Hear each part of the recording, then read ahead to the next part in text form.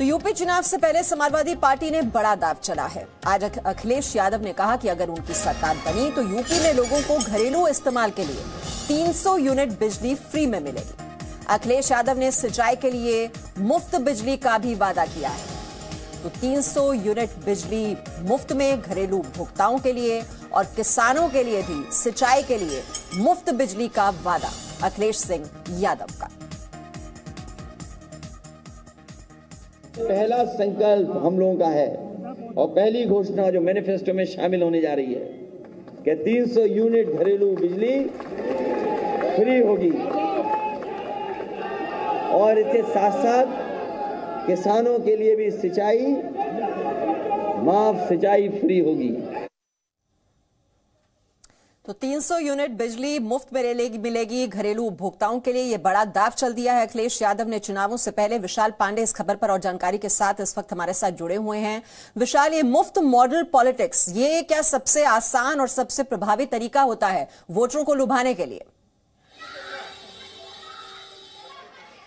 देखिए मीमांसा, अगर दिल्ली विधानसभा चुनाव के नतीजे देखें तो उससे ये लगता है कि मुफ्त पॉलिटिक्स कई बार असरदार होती है। अब लेकिन उत्तर प्रदेश में कितनी असरदार होगी इसके लिए तो चुनाव नतीजों का इंतजार करना होगा। पर समाजवादी पार्टी के अध्यक्ष अखिलेश यादव ने आज एक बड़ा ऐलान किया है नए साल के पहले दिन ही कि अगर उनकी सरकार आती है तो वो उत्तर प्रदेश में 300 यूनिट घरेलू बिजली फ्री देंगे और प्लस किसानों को सिंचाई की बिजली मुफ्त में देंगे। ये एक बड़ा चुनावी दाव कहा जा रहा है क्योंकि उत्तर प्रदेश एक बड़ा राज्य है और यहाँ की आबादी भी बहुत ज्यादा है और यहाँ पर घरेलू बिजली 300 यूनिट फ्री बिजली देना एक ये बड़ा चैलेंज भी होगा अगर ऐसा होता है और अखिलेश यादव की सरकार आती है जैसा कि उन्होंने वादा किया। अब देखना ये होगा कि ये मुद्दा उत्तर प्रदेश में कितना चलता है और जनता इस मुद्दे को लेकर अपनी क्या राय रखती है। मीमांसा जी, लेकिन जो दूसरे सियासी दल हैं ऐसे में विशाल, चाहे वो बीएसपी की बात हो, बीजेपी की बात हो, क्या उन पर भी अब दबाव बढ़ेगा कि वो अपने चुनावी घोषणा पत्र में अब क्या बड़े बड़े वादे करते हैं?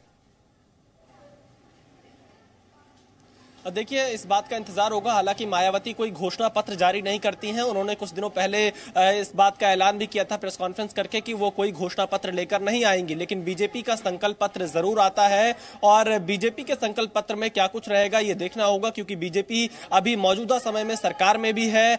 तो बीजेपी ने एक शुरुआत यहाँ पर की है, सुझाव पेटी के माध्यम से लोगों से सुझाव मांगने शुरू किए हैं कि संकल्प पत्र में क्या क्या मुद्दे रखे जाए। इस बार वो चुनाव और नजदीक आते ही जब बीजेपी अपना संकल्प पत्र जारी करेगी तब पता चलेगा, लेकिन फ्री बिजली एक बड़ा चुनावी मुद्दा जरूर बन सकता है उत्तर प्रदेश में। मीमांसा जी, तो यूपी चुनावों से पहले ये भारी भरकम वादे किए जा रहे हैं चुनावी दंगल में और साथ ही छापेमारी भी जारी है और छापेमारी को लेकर भी हम देख रहे हैं सियासी संग्राम लगातार जारी है।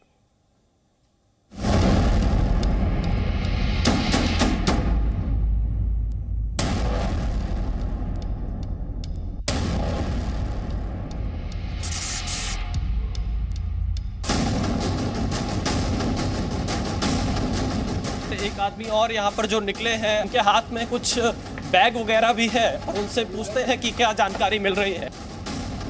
खिसिया करके ये खिसिया के छापा मारा है। उनके राज में तो थैले भर भर कर कैश के नोटों की गड्डियां मिल रही है, गड्डियां मिल रही है।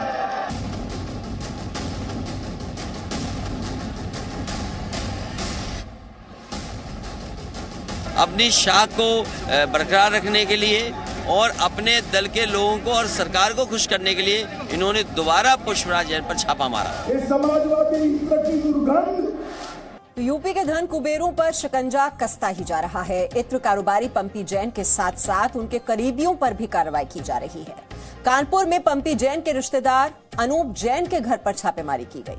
अनूप जैन के 2 मकानों को सील कर दिया गया है। उनके घर के बाहर नोटिस लगाकर घर के बाहर सुरक्षाकर्मी तैनात कर दिए गए हैं।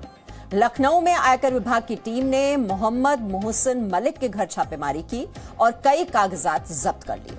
कन्नौज में मोहम्मद याकूब परफ्यूमर्स पर भी कार्रवाई हो रही है। यहां नोट भारी मात्रा में कैश मिलने की जानकारी सामने आई और नोट गिनने के लिए नोट गिनने वाली मशीन भी मंगाई गई।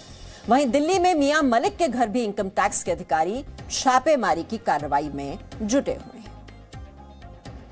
तो यूपी के कन्नौज में मोहम्मद याकूब परफ्यूमर्स पर छापेमारी की कार्रवाई जारी है। कल से ही आयकर विभाग की टीम जांच कर रही है। भारी मात्रा में कैश मिलने की जानकारी सामने आई है। नोट गिनने के लिए नोट गिनने की मशीन भी मंगाई गई। इससे पहले हमने आपको दिखाया था किस तरह से पीयूष जैन के घर पर जब ये रेड हुई थी, वहां भी ये नोट गिनने की मशीन मंगाई गई थी। जहां भी ये भारी भरकम कैश मिलता है वहां पर नोट गिनने के लिए मशीन मंगाई जाती है, क्योंकि नोटों की संख्या इतनी ज्यादा होती है, नोटों का अंबार लग जाता है। ऐसे में मुमकिन नहीं है कि उन्हें एक एक कर देखा जाए कि कितने नोट बरामद किए गए हैं। ऐसे में नोट गिनने के लिए ये नोट गिनने वाली मशीन का सहारा यहां भी लिया जा रहा है। यूपी के कन्नौज में मोहम्मद याकूब परफ्यूमर्स पर ये छापे मारे गए हैं। कल से ही आयकर विभाग की टीम वहां पर पहुंची हुई है, लगातार जांच कर रही है। सारी अलमारियों को खोल खोल कर देखा जा रहा है, सारे कागजात भी खंगाले जा रहे हैं। भारी मात्रा में कैश मिलने की जानकारी सामने आई है। हालांकि नोटों की संख्या कितनी है अभी इसको लेकर कोई आधिकारिक तौर पर जानकारी नहीं दी गई है, लेकिन नोट गिनने के लिए मशीन मंगाई गई है। इससे संकेत यही मिलते हैं कि भारी भरकम कैश वहां से भी बरामद किया गया है। हालांकि सूत्र यह भी कह रहे हैं कि लगभग 4-5 करोड़ हो सकता है कि यह संख्या हो जो कि मिली है वहां से। और कानपुर में इत्र कारोबारी पंपी जैन के साथ साथ उनके रिश्तेदार डॉक्टर अनूप जैन के घर भी छापेमारी की गई। अनूप जैन के 2 मकानों को आयकर विभाग ने सील कर दिया है। साथ ही उनके घर सीलिंग का नोटिस भी लगा दिया गया है।